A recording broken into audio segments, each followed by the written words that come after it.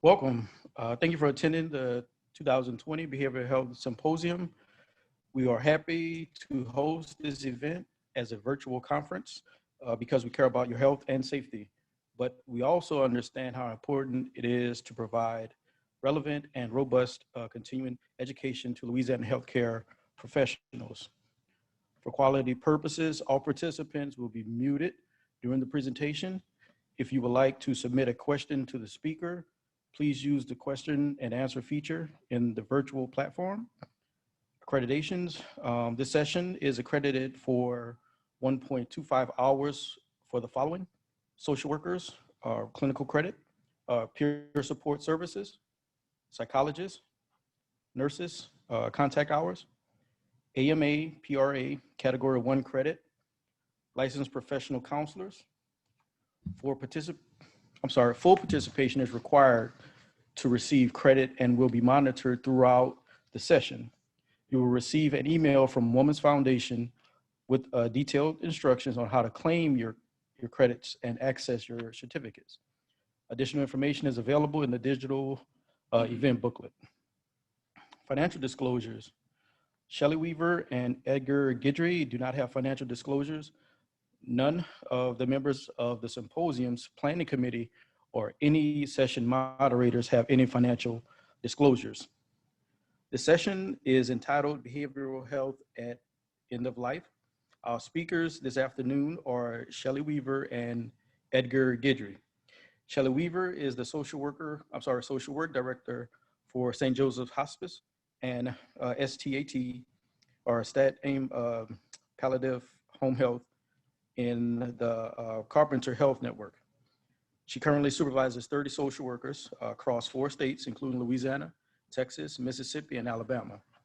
She has 12 years of experience in the hospice and palliative care field. Prior to hospice, she was a social worker on the oncology unit at Baton Rouge General Medical Center.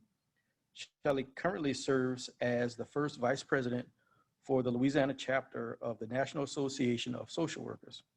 She's also a member of the Social Work, Hospice, and Palliative Care Network. She is joined today by Edgar Guedry.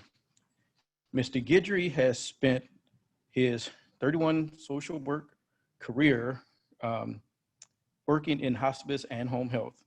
He has been an owner, administrator, and VP of several companies, as well as direct care patients and caregivers. Mr. Guedry has spoken at several state and national conferences on death and dying, grief, ethics, stress, and various other topics.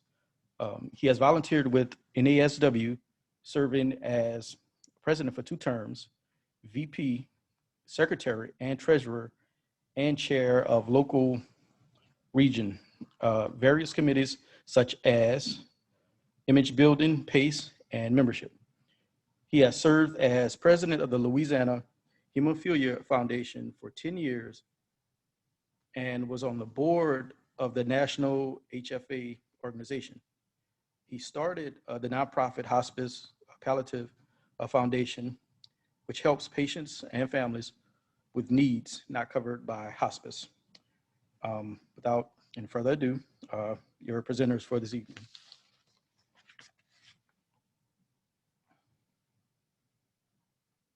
Thank you so much. Thank you, Ricardo. You make us sound very important. Yes. We appreciate that because we're just us. We're not social distancing.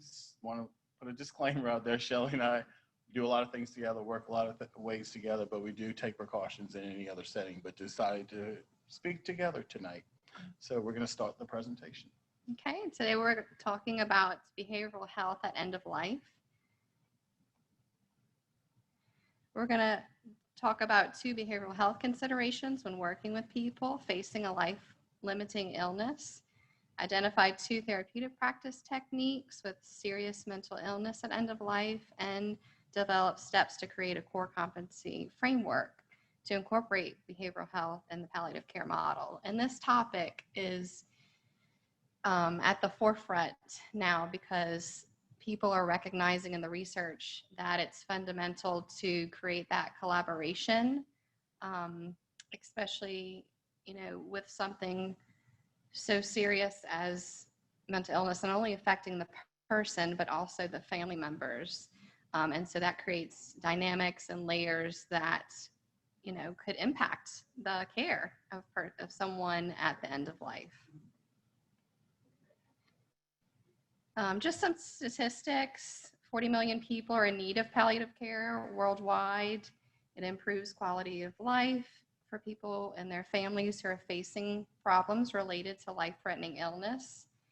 I'll talk about an article later, but it says that a bias that many people hold is we think people with serious mental illness oftentimes are likely to have increased rates of suicide or die by violence. But however, it shows in the research with the data that instead it's chronic illnesses, COPD, cancer, higher rates of chronic illnesses that increase the need for palliative care at end of life. Managing pain and symptoms, comfort, supporting families, that's across the board, and co-occur with more aggressive treatment options. 14% of people who need palliative care currently receive it, and 6% of the population suffers from severe persistent mental illness. And lack of training and awareness of palliative care health professionals is a major barrier to improving access. And this is why we're here, to get more education and knowledge base for working with people with serious mental illness. And one of the things that Louisiana is doing is we have a governor's task force for palliative care focused just on palliative care. And as Shelly just told you, look at the percentage of people that are receiving palliative care. It's pretty low, according to the World Health Organization.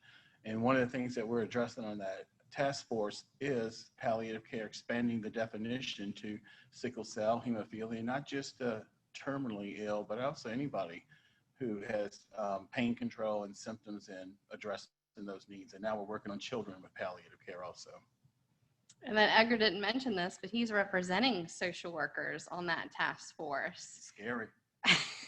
So he's our voice for our perspective and our profession. Yes, if anybody has any input, please address it to us and we can bring it forth to the committee. Palliative care is considered an international human right to health, and we provide it through a person-centered approach. This is where ethics comes up a lot too, right? To self-determination, all those ethical dilemmas that come up, and we're integral on that team to address it and coordinate with the nurses, the physician, every person on the care team, and talk about that and give our input. We integrate services of care based on individual preferences, specific needs, cultural, spiritual, psychological, personal preferences, and of course, trauma-informed care, being mindful of history of trauma and how that affects our practice, how we present ourselves, all different things. It comes into play. And, like with PTSD, that could increase anxiety, agitation. So that plays a role too in being mindful of that.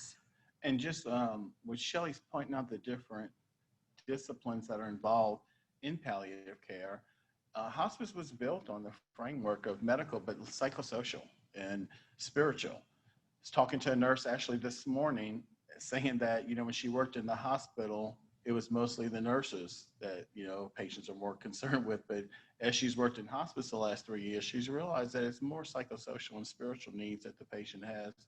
That can cause pain, a lot of depression, a lot of anxiety. So this is when some of the behavioral health comes into play when you're working with patients and families.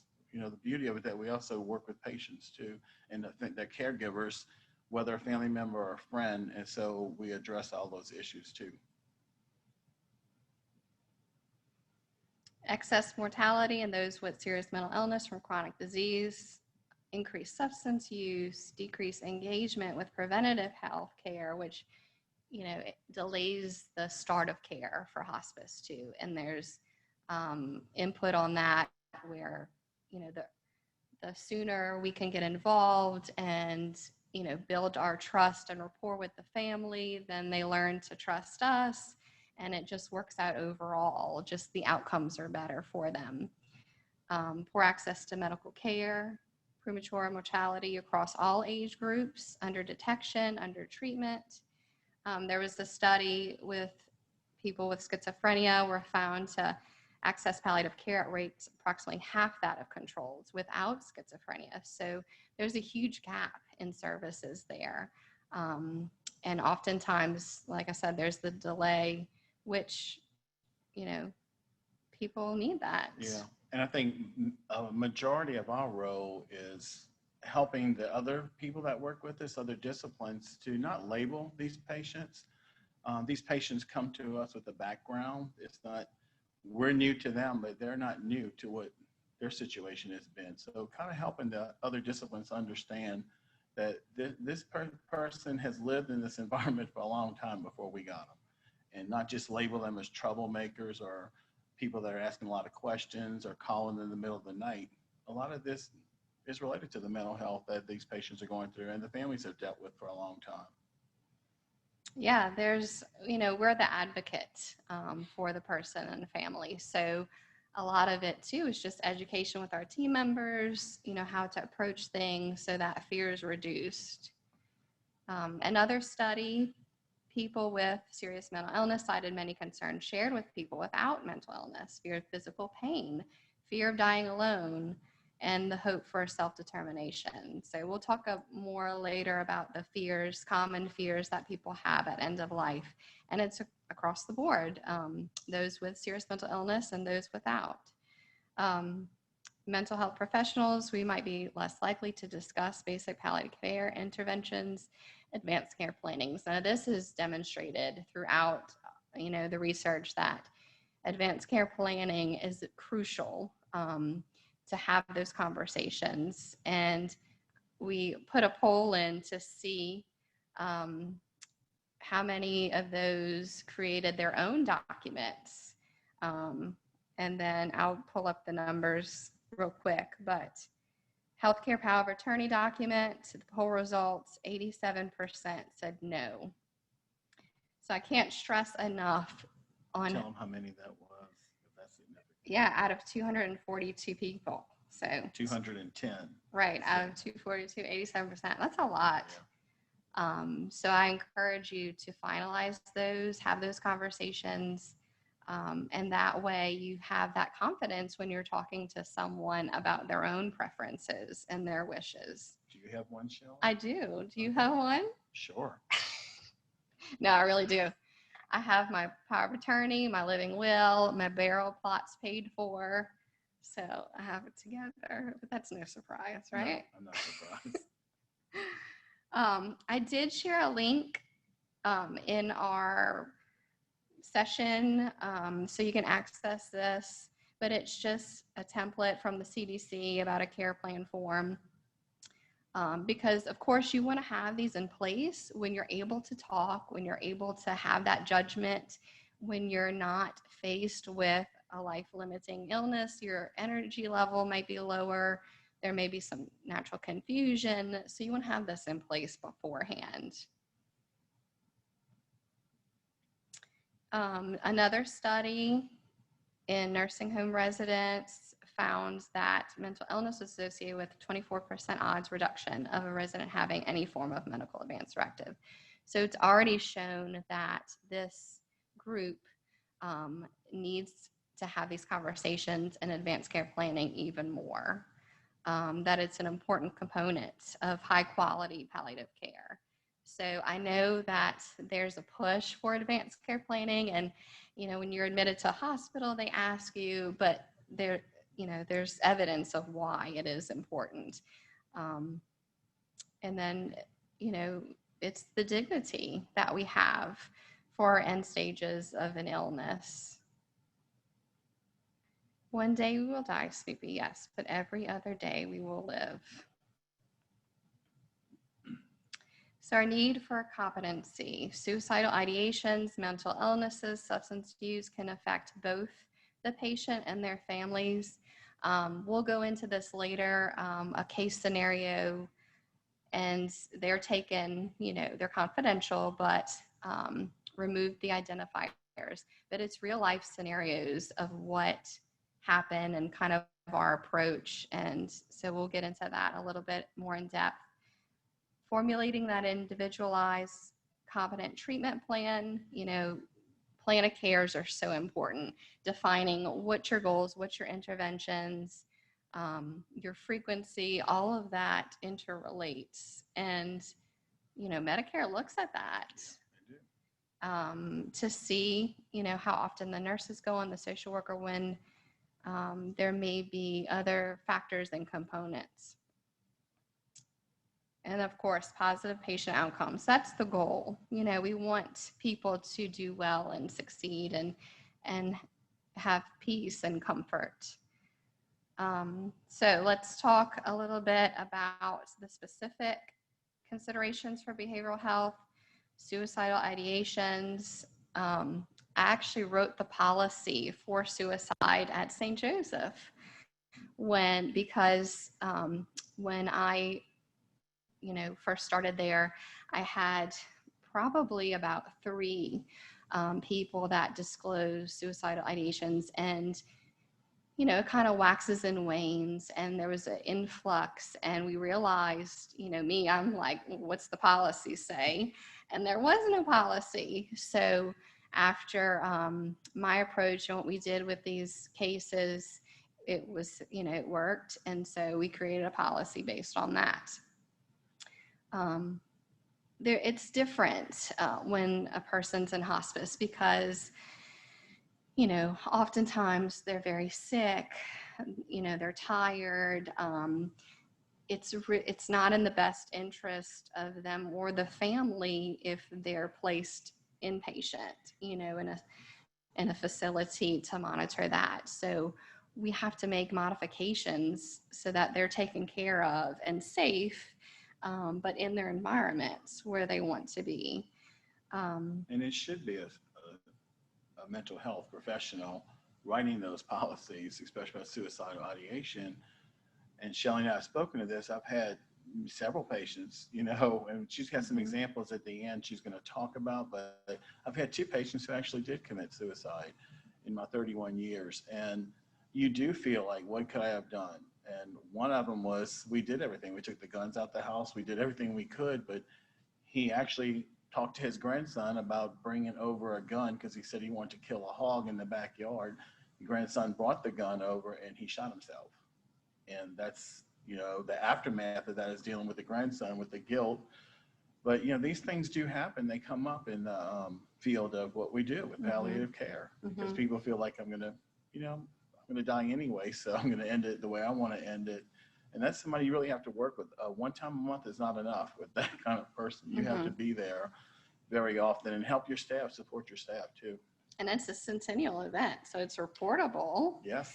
I never followed someone in hospice who died by suicide, but there was someone who did die by suicide while I was a social worker, but I wasn't part of their care team. And I just remember, even though I wasn't a part of the team, it affects you. It makes an impression. And we were in our team meeting, and the nurse, came in and announced it. And, it's difficult for the staff too, when you lose someone, in that way. Mental illnesses for people enrolled in palliative care. And I'll go into case scenarios, people with schizophrenia. There's oftentimes ambivalence or a conflicted family relationship, and we navigate that you know, and processing those emotions, you know, with the family member who has this long history with their loved one that, you know, had schizophrenia, and how that impacted and their anticipatory grief too. And how they come to terms with things, and they may want to seek forgiveness, and that's impacted by communication, and there's a whole array of things that we address. And just, we talked about this earlier, actually, just as a side note, we're not expected to know everything about these diagnoses. I was telling Shelly, I had somebody just recently who has a mental health diagnosis, and I had to do research on it, you know, how to communicate with the family, how to communicate with the patient, but also learning what the patient had been through their whole life, struggling with this diagnosis, and how the family coped with it. So, you know, I've had a lot of patients with PTSD, you know, who years ago had been through World War II. War, you know, yes, war. That comes up a lot, you know, or sexual assault too.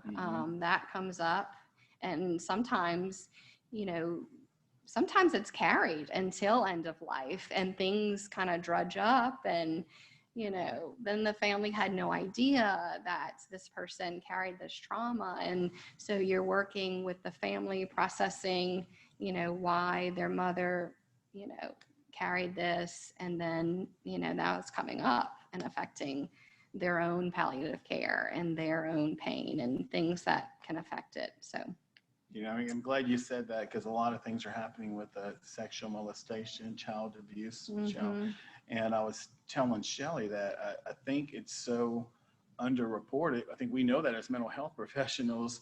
I've had more cases of caregivers and patients coming up to me in my 31 years who have been sexually molested. I remember I had 2 daughters of the man he was dying, his wife was there, and I would have swore it was a picture perfect family until 3 days before he died. The daughters admitted to their brothers that they were sexually molested by their father, and that is a whole nother realm that you're dealing with, and dealing with him dying, plus dealing with working with them, and the anger of the mother when it came out. So yes, we have to be prepared for a lot of these things, and that's why I urge social workers and mental health professionals to get involved with these cases, because like Shelly said, a lot of things come up.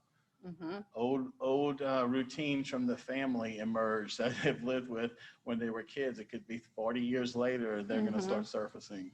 It's interesting you say that, because I had a case early in my hospice career, and it, you know, they always come up, but the daughters were sexually molested by the father, and the mother didn't know. And so working with them with the family meeting, and then the mother had guilt, and there was lots of processing on that too. And they were seeking forgiveness from the father, and he wouldn't give it. Yep. So then you had to deal with that when you're seeking forgiveness, or they wanted to give forgiveness, and he refused to admit that it even happened. Then you're working with the staff who's angry at the patient, and you're saying we have to treat them with dignity and respect. So you have to face your own feelings about all of this too, because we're humans also. And yeah, it's a lot. Personality disorders, you know, if a family member may have a personality disorder, borderline, you know, then those coping strategies are already going to be maladaptive, and, you know, kind of exploring what worked for them in the past to kind of utilize that, because this is high emotion, you know, and so stress increases, anxiety increases naturally from a baseline. And then if you add in serious mental illness, you know, it's a lot of factors. Substance use, whether there's a history of substance use for the person enrolled. Oftentimes we have to work with the physician on, you know, sometimes the level just isn't quite working. You know, I had someone recently who was on Dilaudid for a long time. And so now the pain, her cancer diagnosis increased her pain overall, and she needed, you know, higher levels. So that can play a part. And doing a good assessment, I think, on our part with that patient who may not be known to have a drug addiction or drug usage, is getting a good assessment to finding out that, because you may find out why the pain medication is not working as effective as it would somebody else. We can bring that to the team and let them know, well, this patient has been on this. Could be street drugs. It could be prescription or drugs. self-medicating. Yeah. You know, You some just don't people, know. right. Some people don't seek, you know, therapy and a psychiatrist. They Right. self-medicate with, you know, access to what they can get. And then also family substance use in hospice. We want to make sure that person is safe. And oftentimes, you know, as a social worker, we're called in to, you know, finalize contracts saying, you know, that person's not going to sell or use the narcotics that are there for the person. And, you know. Yeah. And going through, you know, wherever you live, looking at your law, stating, you know, if morphine's stolen, sometimes you have to report that, narcotics. So you have to be thorough and also honest with the family and the caregivers. You do have to report some of those missing drugs. Mental health care professionals may see people with serious mental illness as too vulnerable or incompetent to discuss their approaching death and end-of-life decisions. And that's taken straight, you know, from an article. And, you know, that's why we want to do the education and the training and the competency, to change that bias and to, you know, recognize they can, you know, people with mental illness can make their own decisions, can be, you know, outspoken in what their preferences are, where they would want to die, if they want to die, you know, to this home or that, you know, wherever it might be, inpatient. Often, people with serious mental illness have the capacity to discuss their medical preferences and they're interested in doing so. So there's a need for better communication skills and that collaboration that is so important between the nurse, the physician, every member of the team. When it's been chronic, consider the impact. We talked about that. Family systems and dynamics. An example, a caregiver with anxiety now caring for a loved one actively dying. There's a fear of unknown, high emotional state, anticipatory grief reaction. So not only are you working with the family on the grief work for their loved one, they also, you know, disclose that they have a long-standing history of anxiety. They're taking prescriptions for it. And as we said, it all rises up.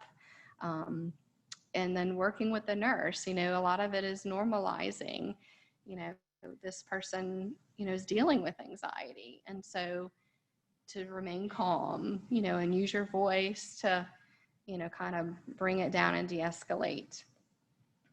Another person with schizophrenia, when poor relationship with daughter now caring for him in her home, refusing to be clean, strain of caregiving, grieving not formulated bonds. So this case, you know, as I said, he had schizophrenia, and the daughter, you know, wanted to care for him. He was refusing, you know, the bath, working with him. So there's like a balance between self-determination, you know, and her being respectful of him too. And then she was grieving that bond. She said, you know, she felt like she really wasn't close to her father. And now he's approaching end of life and needing increased care and the strain on her with him in her house. And he had never lived with her before. So, that brings up a lot of stress, caregiver strain. Kubler-Ross. I love Elizabeth his Kubler-Ross. favorite. I'm sorry. I've seen her a couple of times in person, and I follow her model when I work with patients. And basically, she goes through 5 stages. It can be used in grief work also, but they're not in any particular order. You may go through denial. You may be in anger, you may be accepting your disease process, or the family may be accepting it. Then all of a sudden the person has a couple of good weeks and they jump right back into denial. So I'm just going to talk about each stage, just to know that it's not in any particular order, but just to go through a little each stage and talk about some examples. Denial.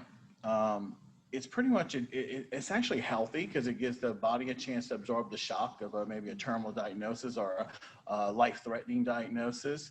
A lot of patients who actually have good prognosis that, hey, 95% chance you're going to be better, you're going to be able to pull through this. They still go through some of these stages because, I tell people sometimes diabetes was highly related to depression because it's a quiet disease. You may not think you have it, you're affected, but years of diabetes and not taking care of it can affect the other organs in your body. High blood pressure is another one. But if you get a cancer diagnosis, you may get treatment or surgery, whatever the treatment is, and be fine, but you still always identify as a cancer patient. You're still in the back of your head, oh, if something happens, I need to get checkups. So denial is actually a chance to absorb the shock, give it a chance to feel what's going on. It allows the family to do it. I always use the example of my sister-in-law was 26 years old when no history of cancer in her family, and she found a lump in her breast, went to the hospital. We all went there still thinking it was just going to be a cyst and they were going to remove it. Well, the doctor came out and said it was cancer. Then he came back later and said, because she's so young, it's going to spread fast. So we couldn't believe it, when she got out of was awake from the surgery and everything. It was just a sudden shock for all of us. But she fought it. She had treatment. She took treatment. She just was determined she was going to fight. She had a 2-year-old child that she wanted to live for. And when she wrote a book 6 months before she died, she wrote a journal and she brought it to my house. And she said, if anything happens to me, I want you to have this and you'll know what to do with it. And my brother had actually left her by this time. We're not related. No, we are. Okay, that's more about that. One day we'll have a drink and talk about it. But anyway, he had left her. So she brought this journal to my house. And in it, she said, I want you to read it. Well, she wrote in it that she wanted to live to be 100, but the chances were she was not. She had pictures in there. She talked about, what she wanted for her daughter, what she wanted to be remembered for. And when she died, I was able to give a copy to all her family members. And on her deathbed, I was the one that went to tell her she wasn't going home because I knew if anybody else was going to tell her that she wouldn't have believed it because they were just really not believing it was going to happen. Or there were some people in the family who wanted her to get all her things in line before she died, but she wasn't ready. Well, her denial was not really denial. She had accepted it, but she was going to live to the very end. She was going to live her life as if she was going to make it, but she had actually done a lot of her preparing before she died. So that's one form. Mm-hmm. Anger is another stage to talk about. Anger is very healthy. I always tell people it is an emotion. I tell my daughter this about my grandkids, that it is an emotion. It's what you do with the anger is sometimes the problem. But it is anger is a stage that people go through. Anger at their family, friends, the doctor. I had a patient who was very angry at her doctor because 3 people in her neighborhood had cancer and had all survived. They had gotten treatment, survived. She had been to this particular doctor who kind of looked at her one day and says, what do you think? You have cancer and you're going to die? Go home. Well, she was diagnosed in Baton Rouge with cancer. And it was terminal. It was by the time they found it, which I knew this doctor, great guy. He didn't mean anything by it, but it was hard to find. The surgeons in Baton Rouge said this is something that wouldn't have showed up on x-rays. And she had 2 teenage sons. Her and her husband could not get over their anger. So what I finally got them to do, they didn't want to call the doctor or to have a meeting with them. So I got them to write a letter. I don't know if they mailed it or not, but after they wrote the letter and she was able to put it on paper, it was actually time to work with her children. Mm-hmm. Yeah, so that was good. Bargaining, I think we've all bargained for things in our life. You said, if I get this job or if I get this new house, the loan goes through, I'm going to go to church 3 times a week. Then when you get it, you say, God really didn't expect me to go to church 3 times a week. So bargaining, I had a man whose wife was dying, and every time I saw him, I saw him weekly. And he always said, give me 3 more weeks and I'll be ready. Next week, give me 3 more weeks and I'll be ready. Well, when she started getting weaker and declining, I finally said, your 3 weeks are up. And he was able to do what he had to do. But, it's okay. You do bargain for more time. Patients, people bargain that I will do anything if this is, if I'm healed, there's a cure. And it's So- normal, that oscillation between acceptance. On one hand, you accept it and, your time is limited, but then you go back and wanting to hope for 3 more weeks or another year. And so that oscillation is normal to kind of come to terms with it. Yeah. We recently, I was telling Shelly about this elderly man we had who had COVID and actually was healthy, going to the gym every day before, still working, was not even on Medicare. He was on private insurance because he had his own business and he was still working. And his wish when he found out the lung capacity was diminished with the COVID, he had no comorbidities before that. So he wanted to go home. He just wanted to go home and die. We got him home. The anniversary was the following Monday. The wife said, I just want him to live for his anniversary. He made it. He made both events, and then they still, so we had to kind of bring them back because we could see it wasn't going to be a miracle cure, but we had to bring him back to, we got his wish fulfilled. Mm-hmm. He got home. He did not want to die in the hospital. He was very angry with his children. And we had your mother's fulfilled, that she got to see him on the anniversary. So you had to bring him back into what you bargained for, you did get, but it's time now we have to really, say our goodbyes and some closure. That validating. Yeah. Depression is very healthy. I remember in a room before I asked, who in here has never been depressed? And of course, nobody raised their hands because I would have said they must have been dead all their life, because depression is healthy. And it's when it gets, when it's prolonged or some other things are happening when you need intervention. But normal depression, you go through life, you lose things, you can follow it back from childhood. They talk about, losing your hair, losing your, the teeth, growing teeth and stuff. So it is healthy, and talking to people about it. The healthiness of it allows them to open up. When I started doing home health, I remember we had that on I actually put it on our assessment, because when you brought up depression, they looked at you, oh no, I'm fine. And then when you normalize it and said, look, just like diabetes, you take medication for it, it's okay to be depressed. Well, then people would open up. And the one thing I was shocked about is that we had past losses. We started asking our patients what their past losses. Though women, especially who had talked about stillborn, miscarriages, children that died in 2 or 3 years old, and they had never grieved, and they started crying like it had just happened yesterday, which told me they were not allowed to grieve by society, because back then you're supposed to just go on with your life. Or you had other children, and you got to be there for your other kids. Yes, and the I things hear that a people lot. say. Yeah. We could write like they tell me I can write a book of the things I was told when I lost a loved one that infuriated and aren't helpful. Yeah. And we tease out major depression, versus. That's what I was trying to say. Right. Thank you. Yes. So we kind of assess for that. Definitely. Acceptance is the stage that you hope people get through. Get to is accepting their diagnosis, accepting their life-limited disease process, and letting the family get to that stage. So that's what we hope for. But there's also another stage that, I think Shelly and I both encountered, is anticipation.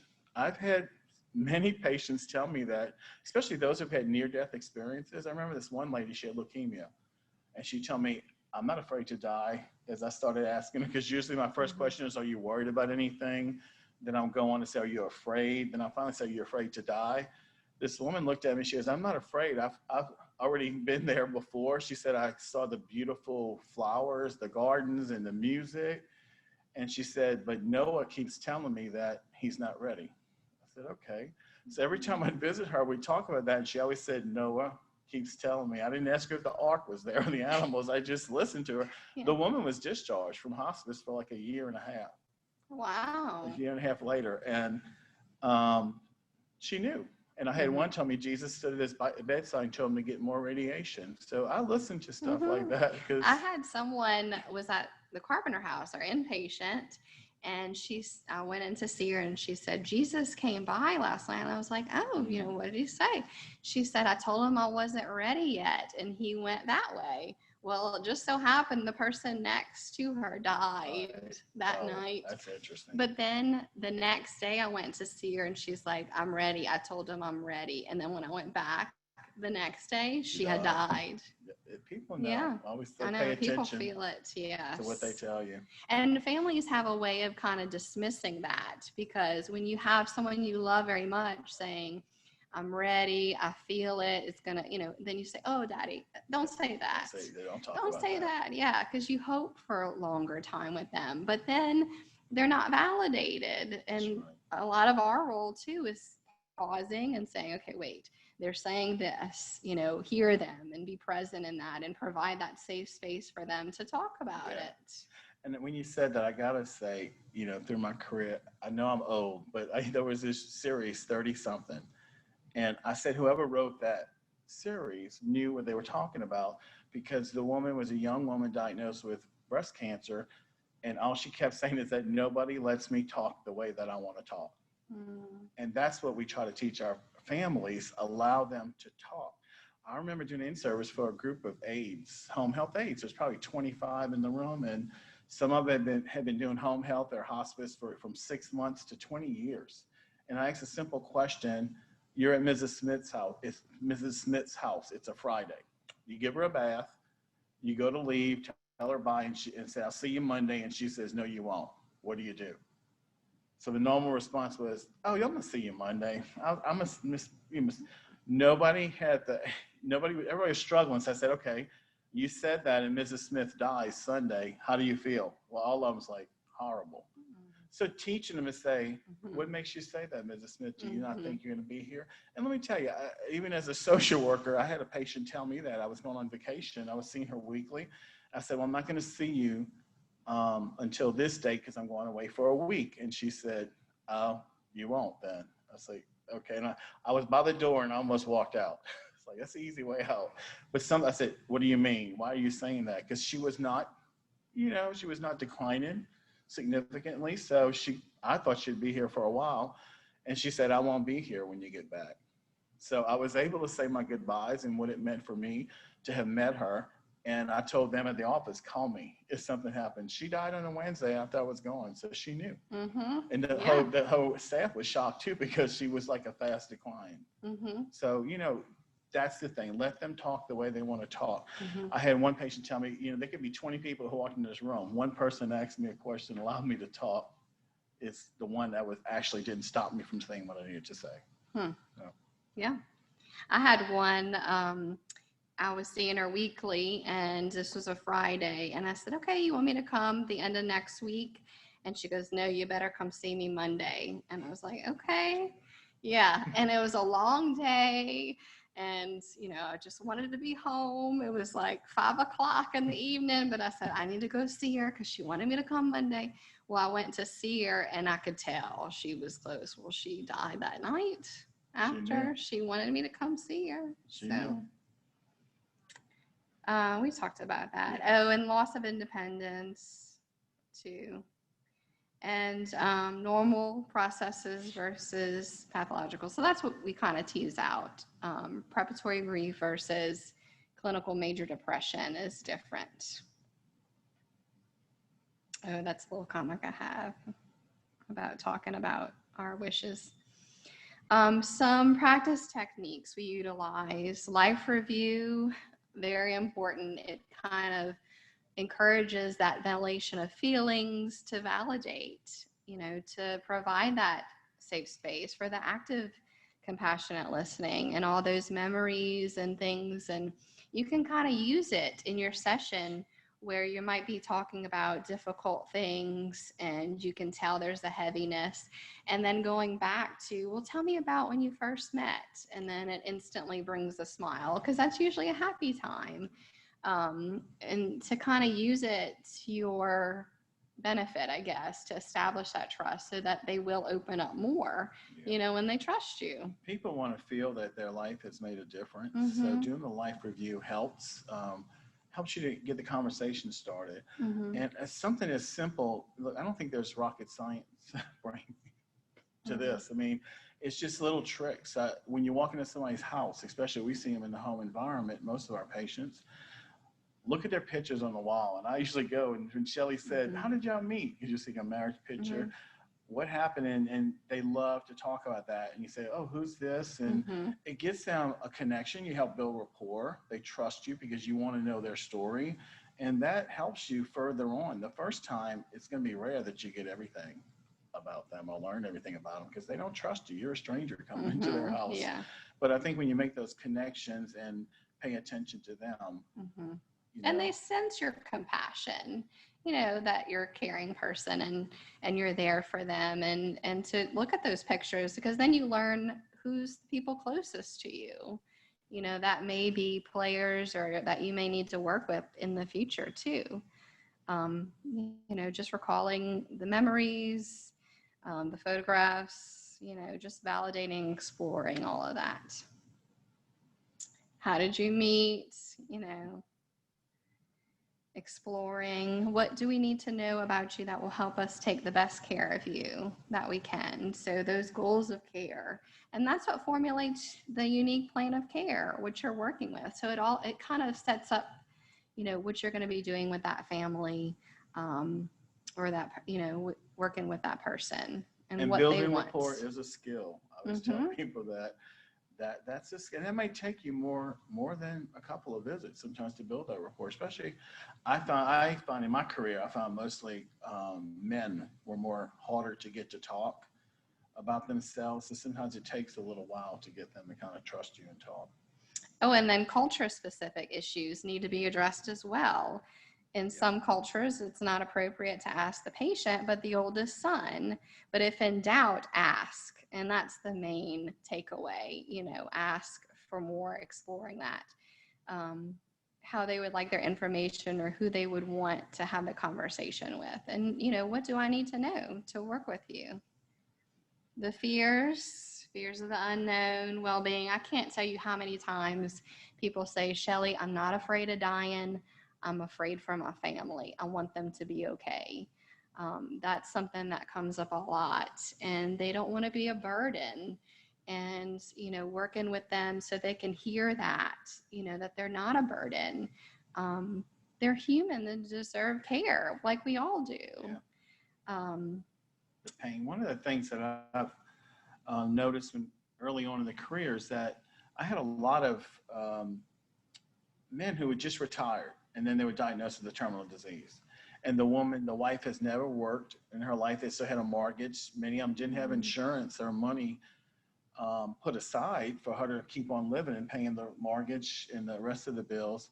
So I took the wife aside because start talking to them like, what's, are you afraid? Are you scared?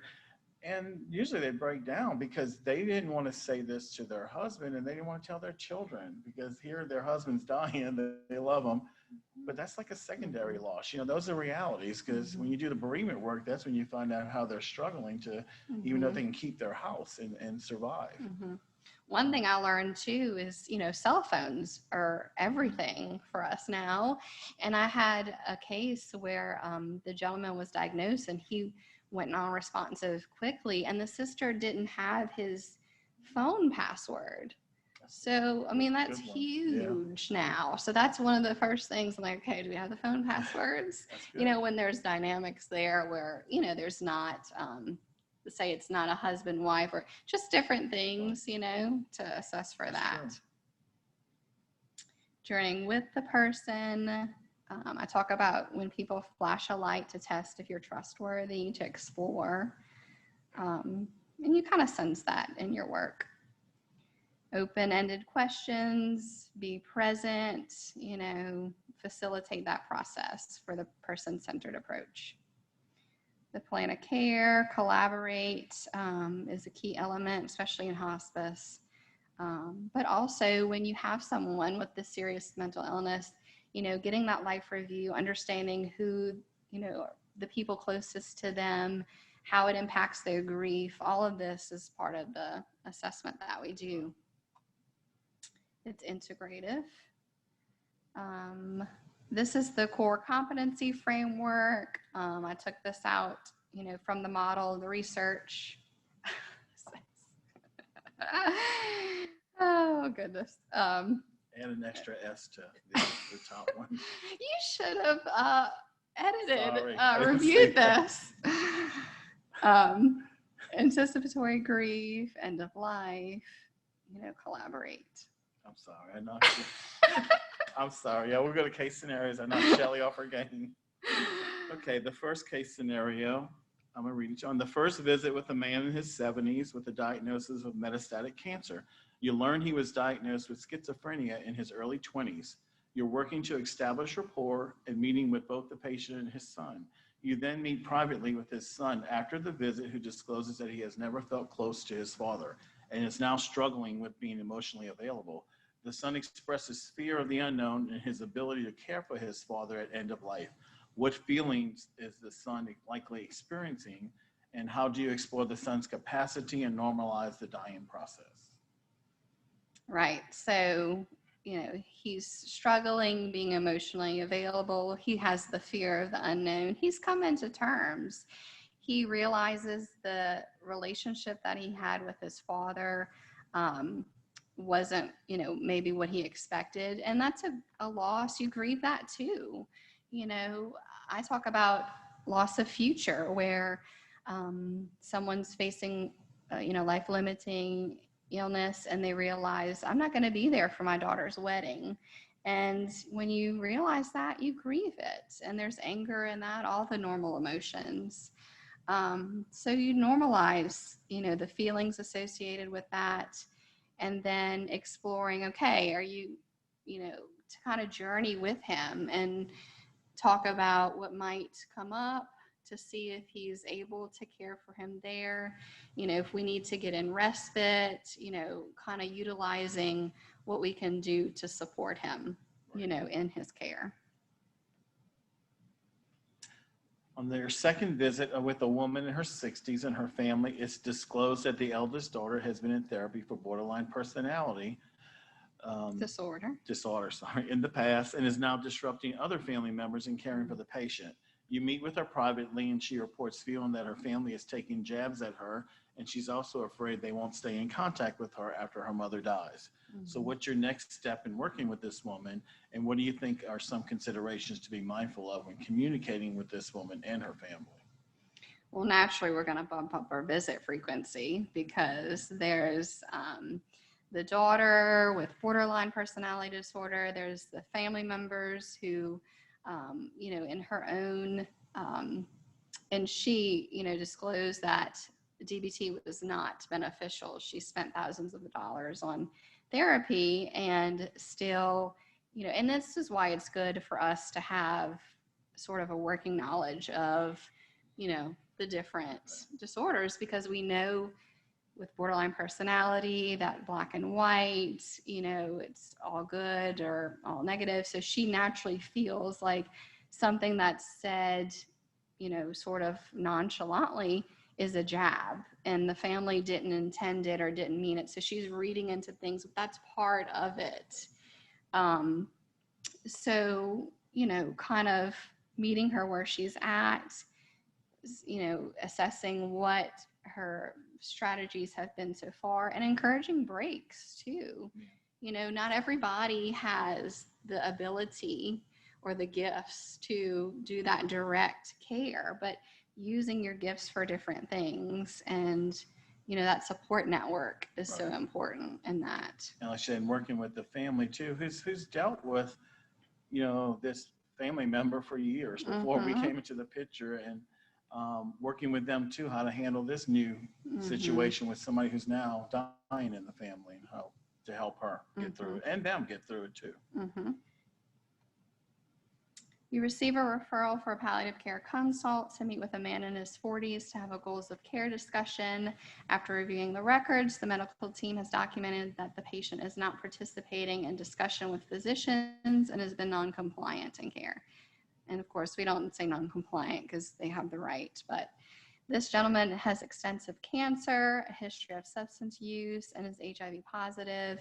You sit on the edge of the bed and begin establishing rapport. At the beginning of the visit, he is closed and only offers one-word responses, right? He doesn't trust you. You continue to demonstrate warmth and compassion, explaining palliative care and personal preferences. He then opens up more and shares, I hope God will heal me, but I'm afraid. After validating his feelings, he smiles and begins to share openly of how he is struggling emotionally and spiritually. So what's your next step in ensuring this gentleman receives the care he wishes? How you facilitate communication between the gentleman and the medical care team who are not on the same page, and then what challenges may arise? And this is a difficult one because we have patients. You never give up hope in the very beginning. There's a way the social worker or the therapist has established some rapport because actually the patient starts talking to them. So it's really taking them where they are, accepting where they are, and then they will trust you more. I had one HIV/AIDS patient that was given to us with hospice, and when he kept on talking about, I don't want to die, I don't, when he was admitted, he was really in bad shape. But after the nurse, we both went there and she assessed him, we put him under home health for a while because he wanted some more aggressive treatment. So you're right. Sometimes the medical facility or the medical team can approach it if it's end of life. We have this happen a lot, but when you start talking to the patient and the family, or the family, and they want more aggressive treatment, that's their right. Until they're refused or not able to get it, we have to try to support them. But at the same time, we have to also try to make them be realistic about what is really happening to them. And, we have hope for you too, but chances are if it doesn't go your way, there's other options. Let's talk about what your options are. And I approach it as more of an educational standpoint, because if someone thinks you know better than them, well, they're going to be closed and shut off. But if you approach it of, look, you know what's best for yourself, I'm just giving you all the information so you can make the best decision, then, they're more likely, yep. A man in his 80s is in hospice care due to Parkinson's and dementia. You learn he was in the Vietnam War and was captured and tortured. His son states he's having night terrors and talks to him if he's given orders in war. He's agitated, sometimes combative. Why do you think he's experiencing agitation? How can you help the family process anticipated care and explain what to expect and what challenges may arise? And this is a good example of PTSD. And right. Sometimes it doesn't come out until later in the disease process. Terminal agitation. That drudges up, and you might experience things more. And I've had patients who never ever talked to their family about their experiences in war until me too. They were dying, and they open up about it. You're making me work. I thought the day was over. It's 4:30. You visit a man in his 80s every week in palliative care. He has COPD, short of breath, weak and fatigued. He's estranged from his family, but in a previous visit, completed an advance directive identifying his neighbor as his healthcare POA. During this visit, he shares, I want to take a gun and shoot myself. What is your next step, and what should you review? So, of course, you're going to go into the suicide plan, exploring that. So you want to make sure he's safe, pulling in that neighbor, removal of means, everything in your policy, essentially. And then, of course, increasing your frequency. Definitely. And you have to take statements like that, you have to take seriously and explore them and document. I would say document. Because anything could happen, and you definitely want to have that you address what was going on. We've actually had to do a coroner's admit on somebody who said it out loud and wasn't backing down until we called for him to be, it was a home health patient. But yeah, you have to take these things seriously and address them. Out of all my cases personally with suicidal ideations, there was just one in 12 years where this person had suicidal and homicidal ideations. So the family was fearful of the person, and she was ambulatory and, confused.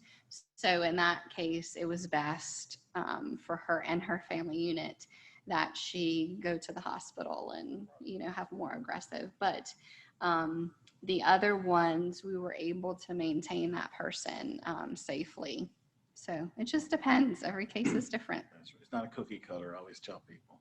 You visit a man in his 70s that is in liver failure with a history of a diagnosis of schizophrenia. His daughter is his caregiver and reports that her 2 siblings are checked out and never help. She is also second guessing the decision to proceed with palliative care and comfort-focused treatment.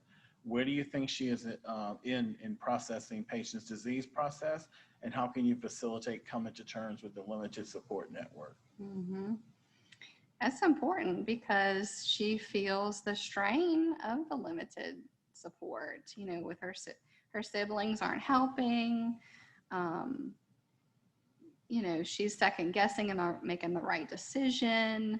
And especially if she's not getting that validation from her family that she's doing the right thing, then that affects her own grief and then in turn affects the care for the patient. So it's all connected. Yeah. And I was telling Shelly about the one I told you earlier, the COVID case we had.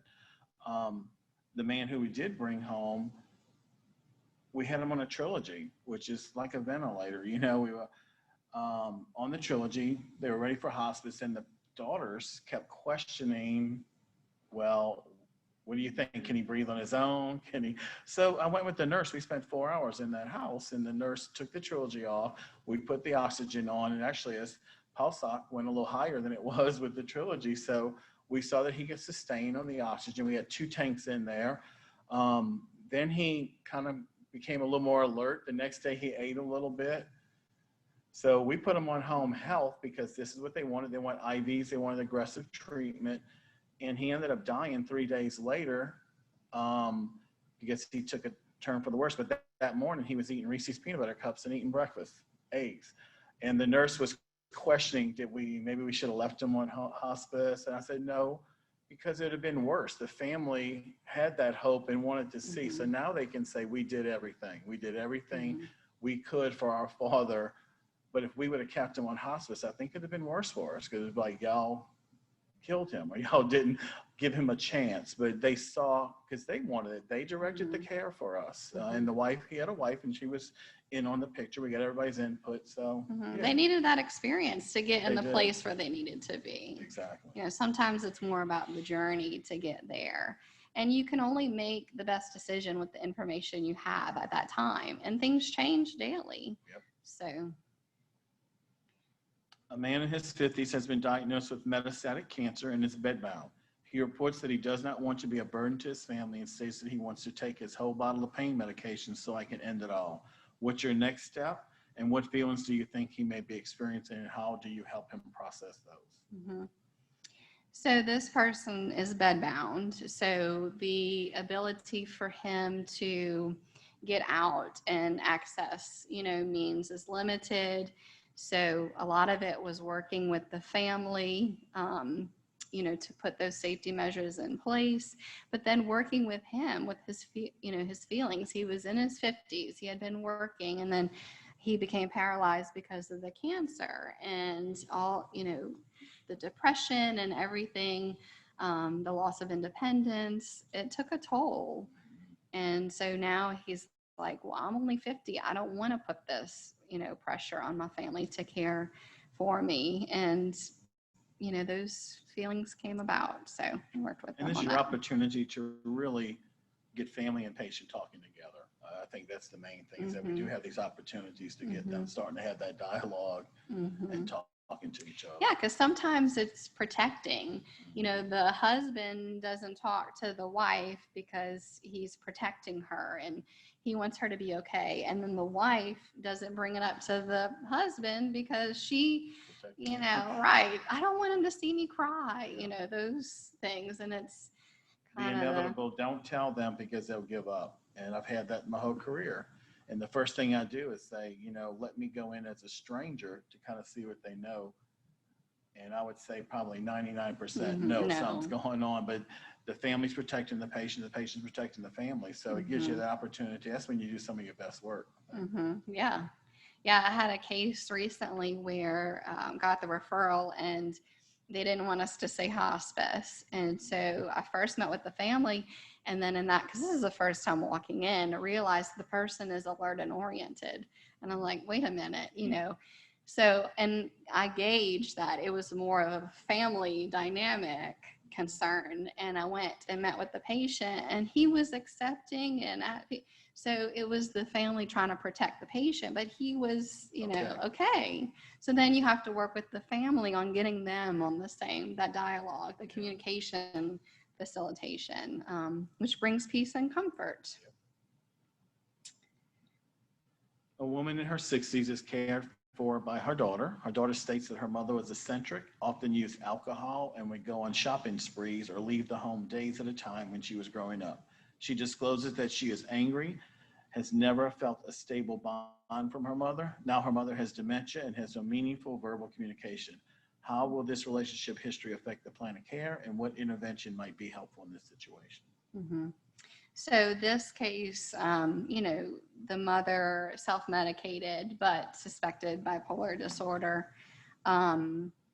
And, you know, the daughter was coming to terms with that and couldn't communicate. So that piece was out of the picture. So the letter helped, you know, because the daughter was able to say everything she wanted to say to her mother. And even though her mother couldn't receive that, it was beneficial for her, yeah, to write the letter and to get it out of all the things that she wanted to say, to process. And you know, I know we run out of time, but Yeah. that's one of the cases that I just had was similar, except the patient was alert. She was 63 years old. She was alert, but the daughter I was working with is farting, and she said, "I've never." You know, she said the first time my mother said she loved me when I brought her home to take care of her, but she still was very quiet. I spoke with the patient, I spoke with her. She knew what was going on. She was accepting, but I had to take the daughter aside and say, things don't change, right? If your mother's always been this way, this is the way that it will end. You know, she's not going to open up and say all these things she hasn't said her whole relationship. Normally she won't, you know, I said she might, but this is the norm. So she felt better. I think after we talked, I visit her daily about, you know, accepting this and understanding where her mother is. It wasn't going to be this great turnaround. I think that's what people, because they watch too many movies, you know, that the movies, everything's wonderful in the end. Just like CPR in the movies, you pop right back up and you're fine. It's just not reality. Right. Yep. Okay. Let's see, should we go to kind of the wrapping up? Is there any questions? Do you know? There are questions, okay? Do we have answers? Hopefully we do.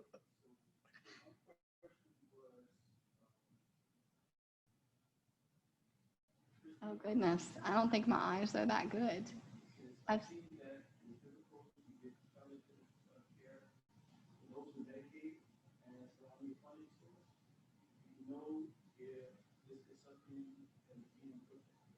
Palliative care with Medicaid. Yeah, palliative care is one thing. I know that's one of the things our advisory, the palliative task force or the governor's task force is looking at. With hospice, you can get, you know, Medicaid. You can have Medicaid with hospice and we can take you. But with palliative care, palliative home health, home right? health is hard. Palliative care, yes. It's hard to find a home health that'll take Medicaid. We can't promise you anything, but that's what we're hoping to try to get some changes with the legislature and stuff. Yeah, there's constant funding changes. There's one approaching 2021 on the Medicare Advantage plan. So changes the way payer sources are. So that's especially something to advocate for. Now there are contracts, I believe, like the Aetna's and the other insurance companies that handle Medicaid. Sometimes they're more receptive. They have contracts with certain agencies that can provide palliative care and more care than what a regular home health could. So, I mean, yeah, it's hard. I know it's a struggle. Yeah, because it's so important, palliative care, because you have that other element to have the conversations and staff that's trained to approach it. And it's a vulnerable population. So it's like anything, proven the studies, the cost reductions with taking care of somebody at home versus hospitalizations. Right. Anything else?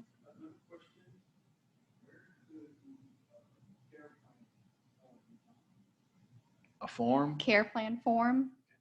That's kind of different with EMRs. It depends. And I actually posted a link in one of the 4 links.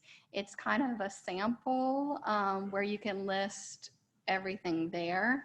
But our plan of care, you know, you state how often you're seeing them, your goals and interventions, your collaboration of care. That's very important to say who you discuss the case with, I know even from the standpoint of collaborating with the physician on the appropriateness, of someone. So, and especially if you're working on safety plans for suicidal ideations or, symptoms that may arise because of serious mental illness. And that's a great question. Shelly and I have actually spoke. We're probably going to be doing a workshop in the future just on plans of care, documentation. Yes. That's important. People ask a lot of questions because they want to make sure they're capturing everything appropriately. Giving some good examples to people. Okay, good question.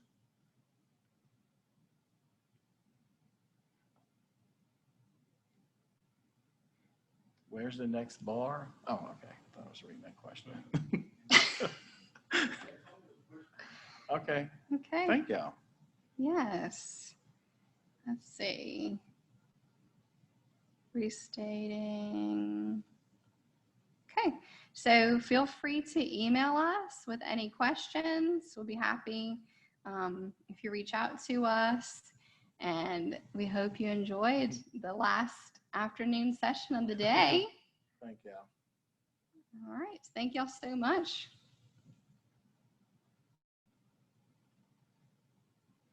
Yes, they just